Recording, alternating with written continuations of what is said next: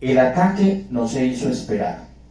Se sabía con antelación que la continuidad de los bautistas, al seguir con la práctica de credo bautismo y por inmersión, desataría toda clase de persecuciones. Hoy apelo a una frase popular de Colombia para relacionarla con lo que te voy a narrar. Sacar los trapitos al sol. Es una frase que se utiliza para referirse o dar oportunidad de exhibir los errores escondidos o pasados de alguien. Se hicieron varias acusaciones contra los bautistas cuando salieron de la matriz del puritanismo en el siglo XVII. Por ejemplo, se les acusó de ser violentos, revolucionarios sociales, similares a aquellos anabaptistas del siglo XVII que habían creído que el reino de Dios podía ser establecido por la fuerza de las armas y que habían tratado de establecerlo al apoderarse del pueblo de Münster en Alemania desde febrero de 1534 hasta junio de 1535. En el transcurso de esos 16 meses, los habitantes de Münster fueron aterrorizados. También fueron acusados de cometer actos indecorosos en la dispensación de la ordenanza del bautismo, que no deben mencionarse entre cristianos, que ponían en peligro la salud de las personas cuando los bautizaban en estanques, ríos y lagos, y además en el clima norteño de Inglaterra. Ahora bien, las dos últimas acusaciones estaban relacionadas con el modo de bautismo que practicaban los bautistas particulares del siglo XVII, a saber, la inmersión.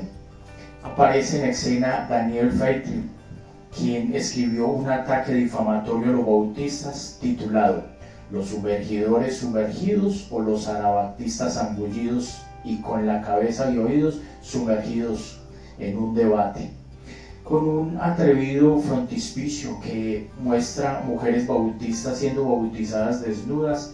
Este sostenía que los bautistas tenían la costumbre de despojarse de su ropa y quedarse completamente desnudos, no solo cuando se congregaban hombres y mujeres juntos en la gran multitud para sumergirse en sus jordanes, sino también en otras ocasiones. Esta acusación era tan suficientemente seria como para merecer una refutación que vino en la Confesión de Londres de 1644. La norma doctrinal de la primera generación de bautistas particulares ingleses, donde se especificaba que el bautismo de creyentes se llevaba a cabo con vestimentas apropiadas por parte del administrador y también por parte del bautizado, con toda la modestia. Más adelante, en el mismo siglo, James Owen, un erudito no conformista muy respetado, formuló acusaciones similares a esta acusación. Entró Benjamin Kitch, el principal teólogo bautista de fines del siglo XVII, y le respondió a James de la siguiente manera: "Nosotros proporcionamos hermosas vestimentas al administrador del bautismo, desde la cabeza hasta los pies. También se les proporciona vestimentas a nuestros hombres que son bautizados, y para las mujeres se confecciona a propósito caldones y abrigos, y entran en el agua vestidas de una manera más decente, quizás, que mujeres que entran en la asamblea cristiana". El bautismo de la muerte. Los bautistas también fueron acusados de usar el bautismo como una forma de asesinar a las personas, de ahí la referencia al bautismo de la muerte. Relataron como con un acto de asesinato este tipo de bautismos. William Burkitt, el rector anglicano de Mildren, argumentaba que la inmersión implicaba la infracción del sexto mandamiento: "No matarás", porque a cuántos miles de personas fuertes y débiles, ancianos y jóvenes destruía, y con cuántos acabaría inevitablemente esta inmersión de cabeza y oídos en los países norteños y en la temporada invernal.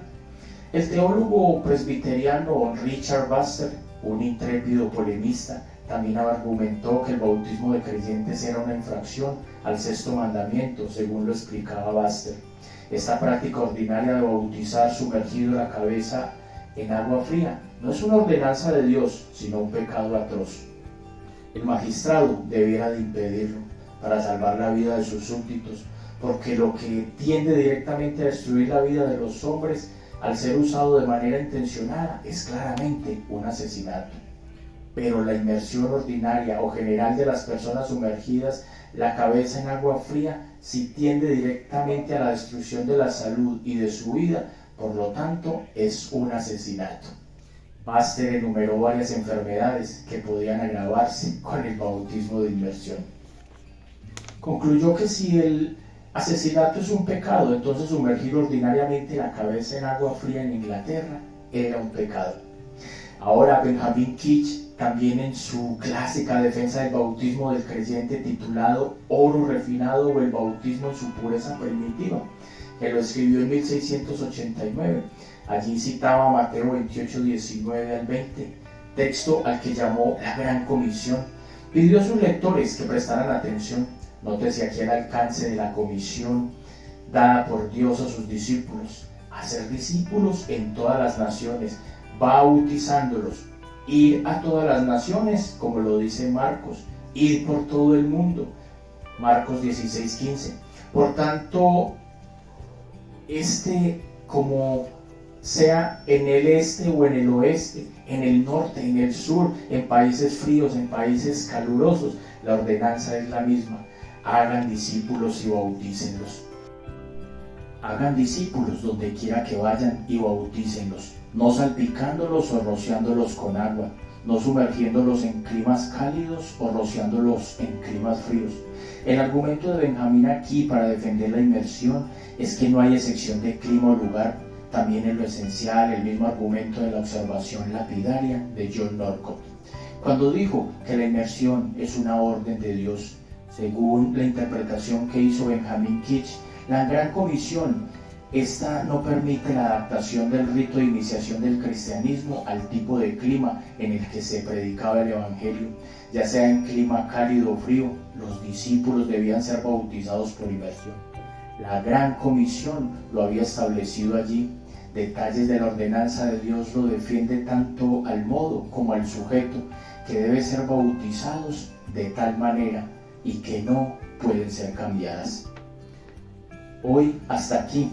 ¿Qué tal te parece esta controversia por el hecho de realizar el credobautismo por inmersión? Que Dios te bendiga y esperamos que nos acompañes en el siguiente video sobre el Tratado del Bautismo por John Norcott.